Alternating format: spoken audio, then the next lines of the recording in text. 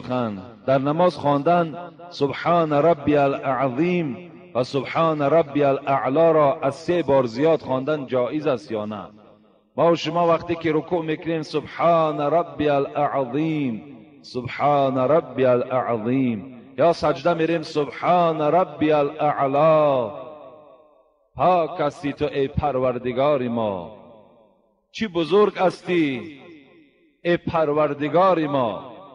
ما وقتی این کلمات ها را که یاد میکنیم، اینها را کمترین تسبیح 3 بار است. یعنی اگر مبادا شخص امام باشد، برای قوم همین 3 بارش کفایت کننده است. السلام علیکم دوستان عزیز. آیا شما برای گذشتن از سرحد دشواری میکشید؟ مهلت حجت‌هایتان به آخر رسیده است. پس من برای شما خدمت رسانه شرکت نور محمد را پیشنهاد میکنم. با ماشین‌های نو و زمانوی، با باوری و اعتماد کامل، توسط رانندگان مرد و زن، شما را از منزل استقامتیتان تا خط سرحد برده برای عبور مرز مساعدت می نمایند. یادآور می شویم که اگر شما از نام شبکه حاجی میرزا مراجعت نمایید، برایتان تخفیف ارائه کرده می شود. رقم ها برای تماس: جمع 7 926 319 59 61. شرکت شفافرما داروهایی را پیشنهاد میکند که برای بیماری‌های درونی و بیرونی انسان دوا بخشند. از قبیل فشار بلندی، گایمرید، بیماری‌های معده، روده، گرده، جگر، عضوهای هاضمه، درد گلو، راه نفس و غیره. اینچنین اگر شما بیماری‌های پوست دارید به مانند پسریاس، سفید شوی پوست، داغ‌های سیاه، پس داروهای شفافرما به شما کمک می‌رسانند. غیر از این اگر شما مشکل‌های اورولوژی و گینکولوژی داشته باشید، پس به شرکت شفافرما مراجعت نمایید و اینچنین مشورت طبی بگیرید. همچنین برای زیاد کردن ریش و موی سر، با قوت کردن مردانگی، داروهایی را با نمود کپسول و روغنی که بساط در دوا دارند پیشنهاد می نمایند. اولا برادران عزیز و پدران مهربان، همه شما را روزهای عید تبریک و تهنیت می گویم و از خداوند مسئلت دارم که این عید را خداوند بر همه شما مبارک بگرداند و خداوند این 1 ماه عبادت هایی که شما انجام دادید از قبیل روزه داشتن، خیر احسان کردن، صدقه فطر دادن، نماز تراویح و 5 وقت نماز خواندن، خداوند این عبادت های شما را به درگاهش مقبول بگرداند و خداوند گذشتگان شما را رحمت و مغفرت بگرداند. بیماری های شما را خداوند شفای کامل و شفای عاجل نصیب بگرداند و مسافران شما را خدای مهربان صحت و سلامت و خاندان بر بگرداند و خدای مهربان در این روزهای پرفیض و پربرکات دعا میکنیم که خداوند این جمهوری ما را هم سرسبز و خرم بگرداند و آرامی و یکدیگر فهمی را برقرار و بر دوام نگه بدارد. آمین یا رب العالمین.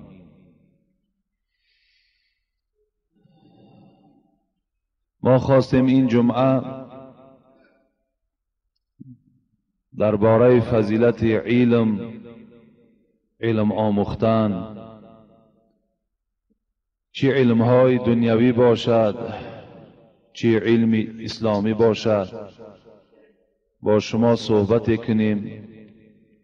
لیکن از بس که روزهای عید بود و روزهای تعمیر این بنا بود، ما به اینها آواره شدیم و برای شما این موضوع را مکمل ساخته نتوانستیم. از این خاطر میخواهم این جمعه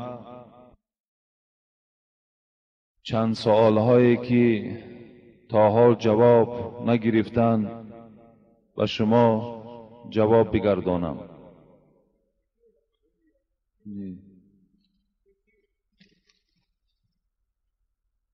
السلام علیکم داملای عزیز و شیرین سخن. هر وقتی که در خانه کسیته های امر معروف شما را گوش می کردیم، پدری خدا رحمتی هم شما را بسیار دوست می داشت از برای لفظ شیرینتان و دائما به ما می گفت که یک بار او را به من از نزدیک شناس کنید تا که من با او هم صحبت شوم و رحمت باشی خود را به او اظهار نمایم. از بس که او بیمار بود او را نصیب دیدار شما نکرده از دنیا گذشت. از شما خواهش و التماس می نمایم که در حق او دعا کنید. خدای مهربان این پدری که آرزوی دیدار ما کرده است و خواست است از صحبت ما چیزی برخوردار شود و ساعت عجل که بالای او آمده رسید، خدای مهربان روحش شاد و قبرش را پروردگار و پرنور بگردانی. آمین یا رب العالمین. السلام علیکم داملا حاجی مرزا. من یکی از مخلصان اشدی شما می باشم. پیش از سوال کردن از شما و از دیگر داملایان عذر می خواهم. یک سوال دارم. در محله ما، یعنی این کس بسیار نویسنده است،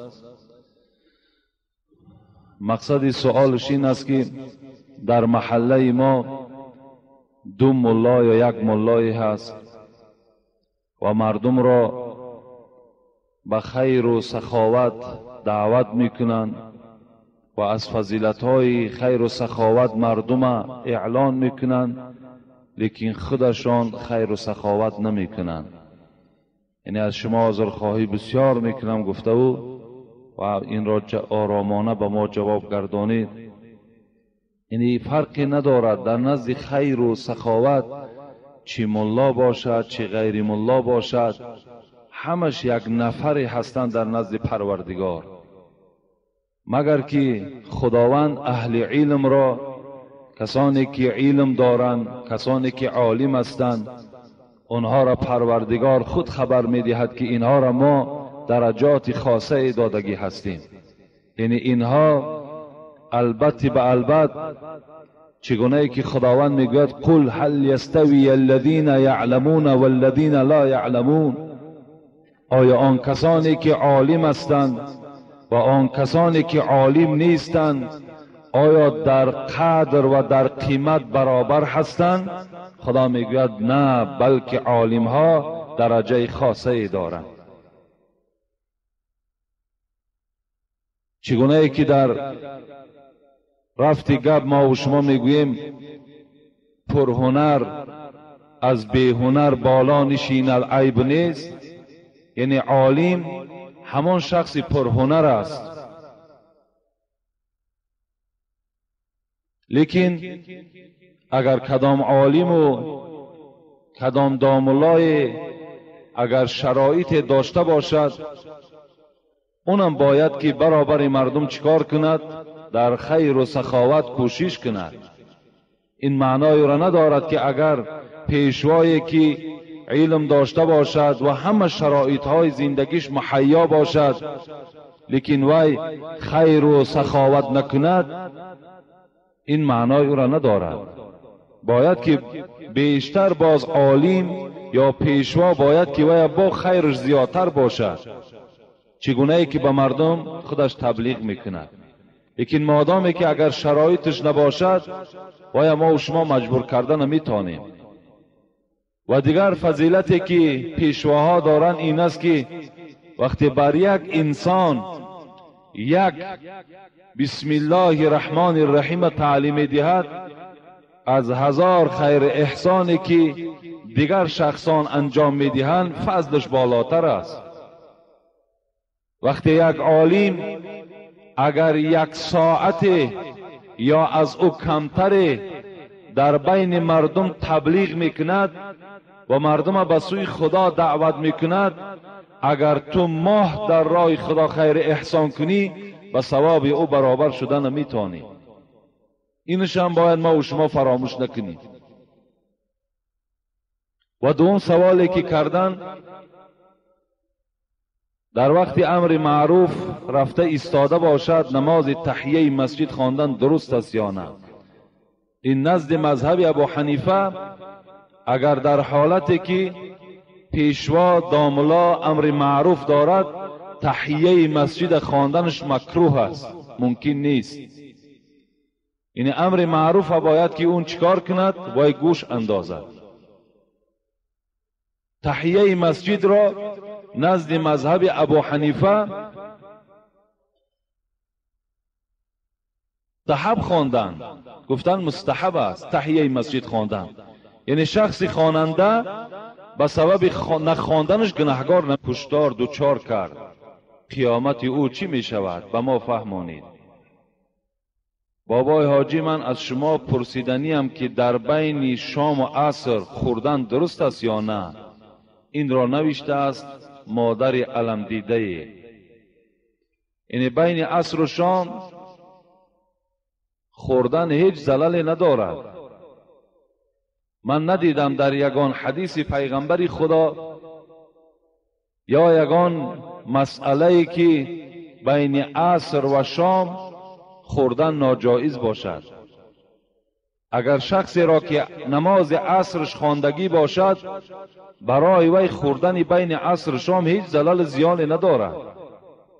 اون بعضی مسئله هایی که مردم میگویند گویا که فرزند او از آب کوثر محروم می شود و دیگر مسئله هایی که میگویند اینا هیچ اساسی ندارند، اینا معنی هم ندارند.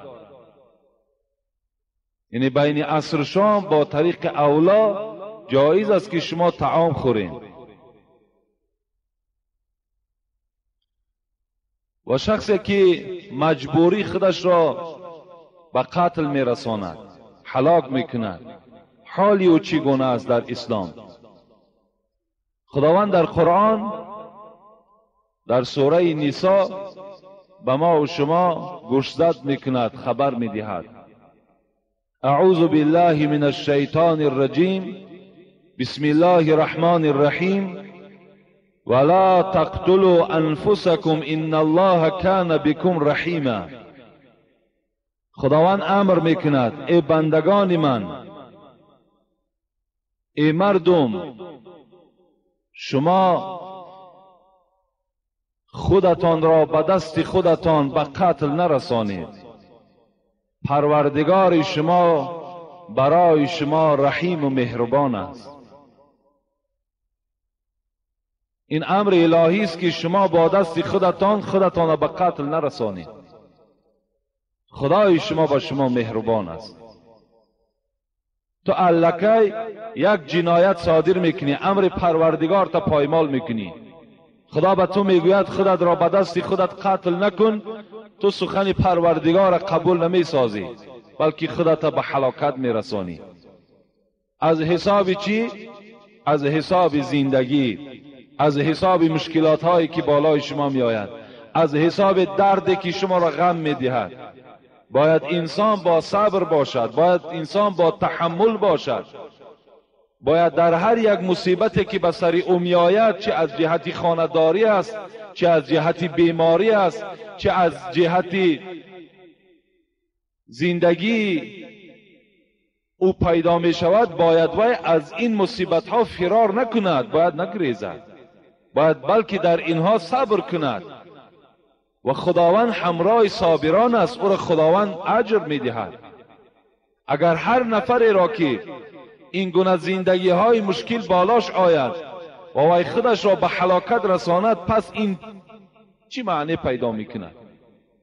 امروز اکثریت مردم در مشقت از حساب یا از زنداریش است یا از حساب فرزندای ناخوبش است گرفتار هستند. و اینها اگر دستی با قتل زنند، اینها همه در نزد پروردگار گناهگار می شوند.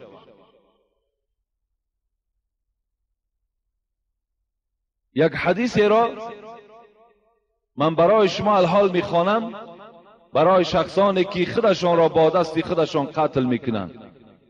چند جوانها را اگر یاد داشته باشین، از حساب عشق، از حساب دختربازی، خودشان به هلاکت رساندند.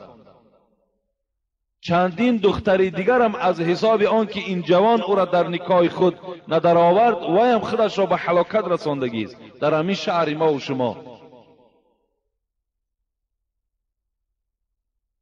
کان فی من قبلکم رجل به جرح فاخذ سکینا فحز بها یده فما رقاء الدم حتى مات فقال الله بادرني عبدي بنفسي فحرمت عليه الجنه. پیغمبر خدا گفت که در امتهای پیشین، امتهایی که پیش از من گذشتند، یک نفری بود که یک جراحت در بدنش داشت، یک جراحت بود، یک زخم بود که وی غم میداد، دقت میداد، درد میکرد.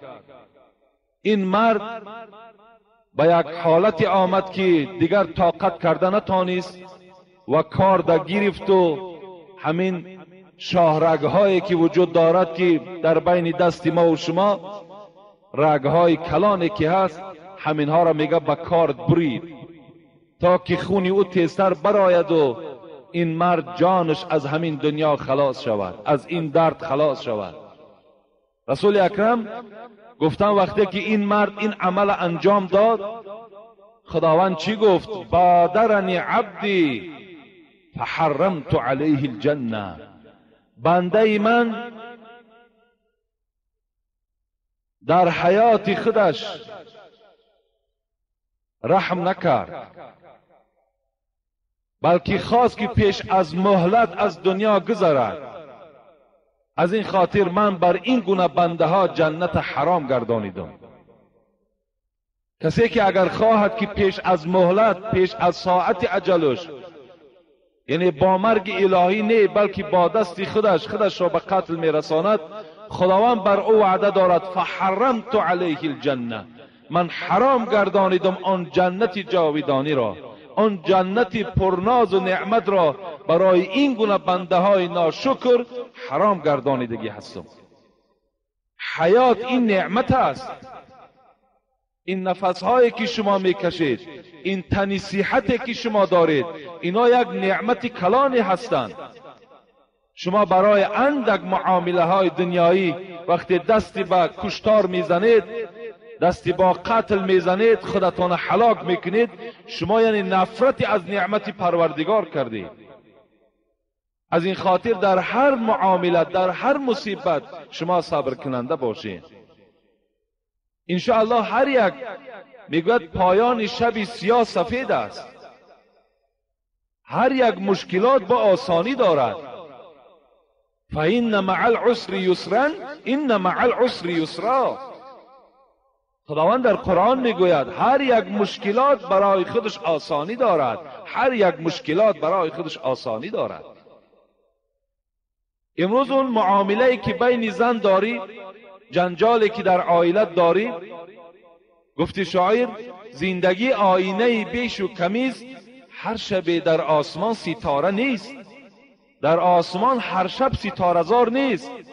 زندگی دوستان خدا را اگر ورق زنید چه مشکلات بالای اونها بود، چه عذابهای اونها داشتند، چه زبان درازی های از جانب زنها میشنیدند.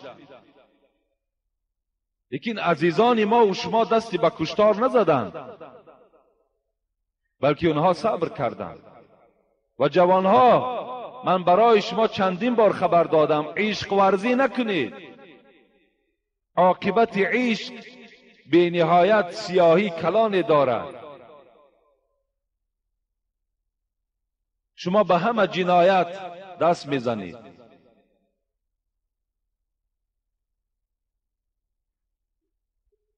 السلام علیکم داملای شیرین سخن. در نماز خواندن سبحان ربی العظیم و سبحان ربی الاعلا را از 3 بار زیاد خواندن جایز است یا نه؟ ما و شما وقتی که رکوع میکنیم سبحان ربی العظیم سبحان ربی العظیم، یا سجده میریم سبحان ربی الاعلا، پاک هستی تو ای پروردگار ما، چی بزرگ هستی ای پروردگار ما. ما وقتی این کلمات ها را که یاد میکنیم، اینها را کمترین تسبیح 3 بار است. یعنی اگر مبادا شخص امام باشد برای قوم همین 3 بارش کفایت کننده است. چگونه پیغمبر خدا میگوید هر وقتایی که شما تنها گذار باشین فلیطول ما شاء، چند قدر دراز میگوی گفتن بگیر. 5 بار میگوی، 7 بار میگوی، 9 بار میگوی، 11 میگوی، 13 میگوی، یعنی عدد طاق تا چند باری را که سبحان ربی الاعلا میگوی، سبحان ربی العظیم میگوی، سر در سجده بمان. در سجدگاه چی دعایی که میکنی کردن بگیر، چی درخواستی که داری در حالت همون پیشانی را در بالای جای نماز ماندن، پیغمبر خدا گفتن یک موضع اجابت دعاست. وقتی آدم پیشانیش در سجدگاه میماند سبحان ربی الاعلا را انجام میدهد و باز دیگر مناجات ها و دیگر طلبات هاش پیشنهاد میکند، خداوند وی قبول میکند. اگر شما تنها گذار باشین، در حالت امام باشین، از 3 بار زیاد نکنین.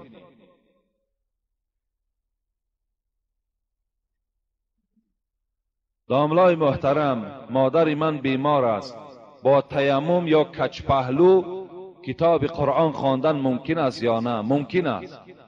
اگر کدام مادر یا پدری که بیمار باشد، نشسته نتواند، اگر در حالت کج پهلویی اگر قرآن خواند با طریق اولاد درست است. زیرا که خداوند در قرآن میگوید لا یکلف الله نفسا الا وسعها، هیچ بنده را از قوتش دیده زیاد ما تکلیف نداریم. از بنده آن مقدار طلب داریم که قوت او را داشته باشد. بین ماه مبارک رمضان در 1 سال 1 بار می آید، لیکن خداوند میگوید وقتی شما مریض باشید بندگان من، روزه را بخورید تا وقتی که شما شفا یابید. بندگان من، اگر شما راستا نماز خواندن نمی توانید، نشسته نماز خوانید. نشسته نمی توانید، کج پهلو نماز خوانید. اینقدر سبکی های برای ما و شما وجود دارد. بنده من، مسافر می شوی، اگرچه با بهترین تکنیک های زمان می روی، هیچ مشکلات بالای تو نمی آید، حتی در بدنت عرق پیدا نمی شود. تو مسافر می شوی، روزه را بخور، جایز برای تو مسافر هستی. یعنی این گونه سبکی ها در دین اسلام ما و شما موجود است. از این خاطر هر مادر و پدری که چگونه که خدا را عبادت کرده می تواند عبادت کند، جایز است.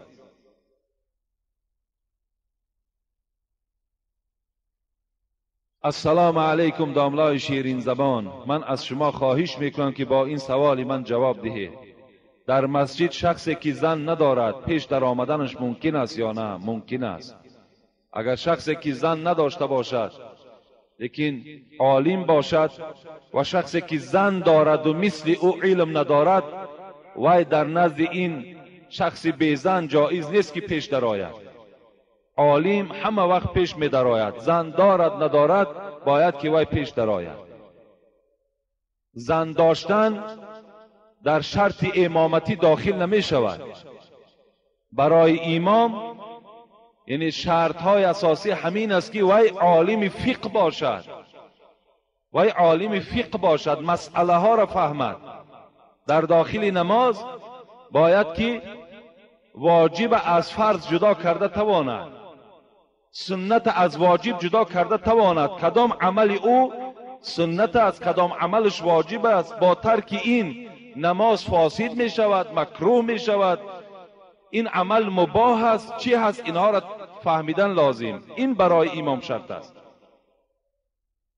برای من یک برادر اینجا سوال کرده است، اگر قاری قرآن در مسجد باشد و یک عالم در پیش باشد، آیا قاری قرآن پیش می درآید یا عالم؟ عالم هزارها مرتبه از قاری قرآن بالاست درجهش. اگر 100 قاری قرآن در داخل مسجد باشد، یک عالم در پهلوشان باشد، عالم حق دارد پیش درآید. قاری قرآن اینها یک رکن نماز می دانند، فقط قرائت می کنند، لیکن عالم از همه رکنهای داخل نماز با خبر است. برای همین برای امام شرط همین است که باید که فرض و واجب و سنت و مستحب و مکروه و مباح و این عملها را داند. یعنی زن داشتن و نداشتن او در شرط امامتی داخل نمی شود. السلام علیکم داملای عزیز، من یکی از مخلصان اشدی شما. راست گپ من برای اولی که به مسجد شما قدم گذاشتم هوس من به نماز جمع خانی دوچند و دهچند شد. از خدای متعال آرزو دارم که علم و دانش مهارت شما را با همه داملاهای مسجدهای جمع خانی دیگر نصیب گرداند و ما از امر معروفهای آنها بهره‌ور شویم. راست گپ من در اداره دولتی کار میکنم. وقتی که به نماز جمعه رحکی میشوم کار دیگری را بهانه کرده دروغ میگویم و به نماز جمعه میآیم. نمیدانم که این دروغ من گناهگار میشوم یا نه. سوال من به شما چنین است: من در یکی از امر معروفهای شما شنیدم که 7 گناهی هست که آدمان از رحمت پروردگار بی نصیب میشوند. برای مثال با دست ریزاندن شهوت در حالت حیض، با زن خانه‌داری کردن یا به حیوان رسیدن. اگر بنده یکی از این گناه‌ها را در آوان جوانی از روی نافهمی کرده باشد، حالا پشیمان شده توبه کند، آیا از رحمت خداوند بی نصیب می شود یا نه؟ التماس جواب درست دهید. یعنی ما 7 گناه گفتیم که حدیث پیغمبر است که روز قیامت از رحمت پروردگار دور هستند. که چگونه که این برادر 3 گناه این یادآور شد. اگر این گناه ها را کدام از ما و شما در حالت جوانی کرده باشیم و امروز به سوی پروردگار بازگردیم و گوییم ای بار الهی، ای بار خدایا، ما هر گناهی که تا امروز کردیم از نافهمی بود، از جهل بود، از نادانی بود، امروز که فهمیدیم که این جنایت است، این گناه است، توبه به سوی تو کردیم. خدایا مرا ببخش. خداوند شما را میبخشد. رسول اکرم میگوید التائب من الذنب کمن ذنب له. توبه کننده از گناه مثل شخصی هست که گناه نکرده باشد. من دیروز در نماز عید به همه شما خبر دادم و در باب توبه کمی صحبت کردم. جوانای عزیز و برادرایی که امروز سن سال شما به 50 و 60 رسید و امروز قدم اولین به مسجد گذاشتین، شما از ملامت هیچ کس نترسید. خداوند شما را همچون بنده به درگاه خودش قبول کردگی است. اگرچه تا امروز تو عرق نوشیدی، اگرچه امروز تو صدها زنا را انجام دادی، اگرچه امروز تو دیگر گناه ها را صادر کردی، امروز که به مسجد آمدی، امروز که تو بالای جای نماز بر آمدی، خداوند همه گناه های تو را به نیکی ها مبدل کردگی است. این وعده پروردگار است. این حدیث پیغمبری خداست. التائب من الذنب کمن لا ذنب له.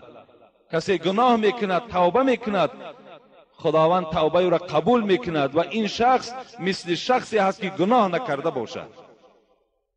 برای همین برادرای عزیز و پدرای مهربان، از همه شما خواهش میکنم، همون فرزند یا برادری که در پهلو میبینیش و تا دیروز وای عرق خور دیده بودی، تا دیروز وای زناکار دیده بودی، تا دیروز وای دروغگو دیده بودی، وای ملامت نکن، بلکه بگو بسیار خوش آمدی، خوش به حالت که 1 ساعت پیش آمدی، بسیار کاری نیک کردی.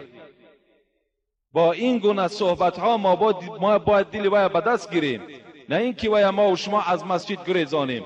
تا دیروز تو عرق نوش بودی، امروز باز تو نماز خوان شدی. خودت چی بودی؟ تاریخ خودت اگر ورق زنن از دیگ دهم سیاه است. خدا در قرآن میگه ولا تجسسوا، یکدیگر را جستجو نکنین، از تاریخ یکدیگر یادآور نشوین. اگر شما تاریخ حضرت عمر خوانین، به سوی خدا پناه طلب میکنین که چه عملهای نادرست کرده بودند. یکی خدا که هدایتش کرد امروز 1.5 میلیارد مسلمان روی دنیا حضرت عمر میگویند. دحیه کلبی 60 سال پادشاهی کردند، میگوید 60 نبیره و دختری خودم به دست خودم قتل کردند. یکی خداوند بخشیدش. وقتی وی لا اله الا الله محمد رسول الله گفت، خداوند از کل گناههای او درگذشت.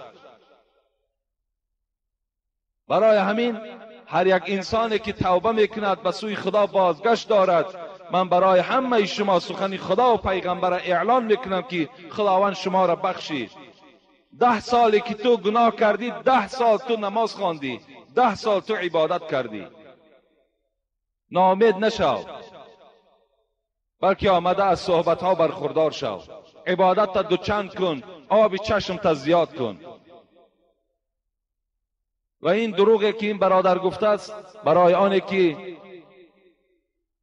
در کار حکومت برای او یگان سختی نرسد، این من حتی از یک داملای کلان پرسان کردم. اون حضرت گفتن جایز است، جایز است که برای اگر نماز و اگر یگان دروغ استفاده برده و آمده نماز خواند.